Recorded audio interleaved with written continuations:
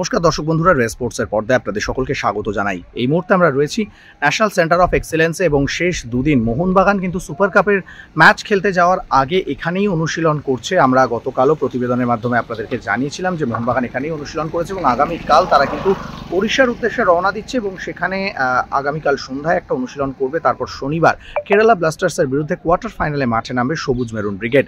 সেই ম্যাচের আগে বাস্তব রায় তিনি কিন্তু এই দলটাকে নিয়ে সম্পূর্ণ ফোকাসড এবং অবশ্যই একটা চ্যালেঞ্জ হিসেবে নিয়েছেন এই লড়াইটা, কারণ হোসে মলিনার অনুপস্থিতিতে সহকারী কোচ বাস্তব রায়ের তত্ত্বাবধানেই সুপার কাপে খেলতে নামবে মোহনবাগান।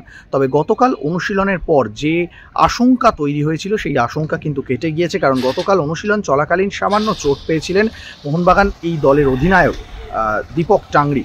তবে তারপরেও আজকে কিন্তু তিনি পুরো দমে অনুশীলন করলেন এবং কালকেই যেটা মনে করা হয়েছিল যে তার চোট খুব একটা গুরুতর নয়, কারণ অনুশীলনের মাঝেই হালকা ট্যাকেলের মুখে পড়ে তিনি একটা চোট পান। তারপর তাকে প্রিকশন স্বরূপ কালকে অনুশীলন করানো হয়নি এবং সেটা কিন্তু কালকেই মনে করা হয়েছিল। কাল প্রতিবেদন ভিডিওতেও আমরা জানিয়েছিলাম। আজকে কিন্তু তিনি পুরো দমে অনুশীলন করলেন এবং ঠিক মোহনবাগান দলের মাঝমাঠে যে ভূমিকাটা পালন করতে দেখা যায় দীপক টাংরিকে, সেটাই দেখা যাচ্ছে।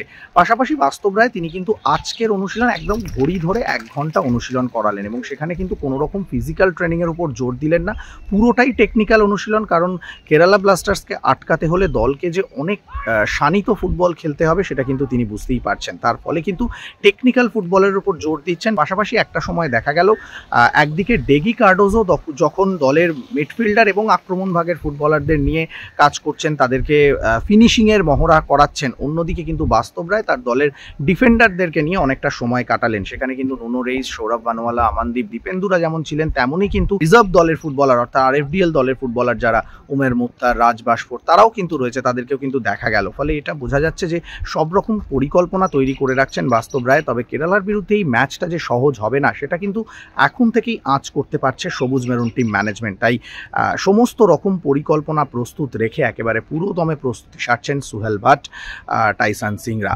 এবং এটা বোঝা যাচ্ছে যে মোহনবাগান অবশ্যই কেরালা ব্লাস্টার্সের বিরুদ্ধে এই ম্যাচটা জিতে পরের রাউন্ডে যেতে মরিয়া। এখন দেখার শেষ পর্যন্ত শনিবার কেরালার বিরুদ্ধে বাস্তব রায়ের এই দলটা বাজিমাত করতে পারে কিনা। ন্যাশনাল সেন্টার অফ এক্সেলেন্স থেকে সৌরভ মুখার্জি, রে স্পোর্টস।